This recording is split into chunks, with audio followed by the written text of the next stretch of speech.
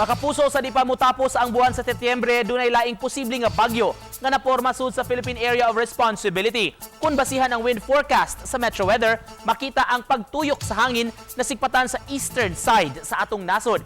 Ang naasoyng low pressure area dunay potensyal nga mamahimong usa ka bagyo samtang anapa kini sa Philippine Sea. Panganlan kini sa pag-asa og bagyo nga Jenny. Karong weekend posible nga mabatyagan kini, busa mas maayong maki-update gyud sa dagan sa panahon.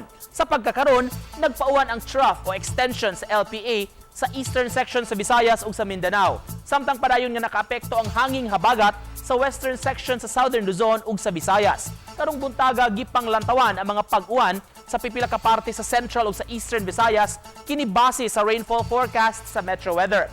Posible ang heavy rains usab sa uban nga mga lugar. Busa kanunay nga mag-alerto batok sa hulga sa baha ug landslide.